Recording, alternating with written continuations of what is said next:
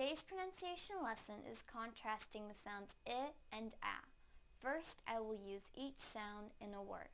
Then, I will put the words into a sentence so that you can hear them together with contextual clues. Please listen closely to the differences in the sounds. First, the I sound in the word big, big, big.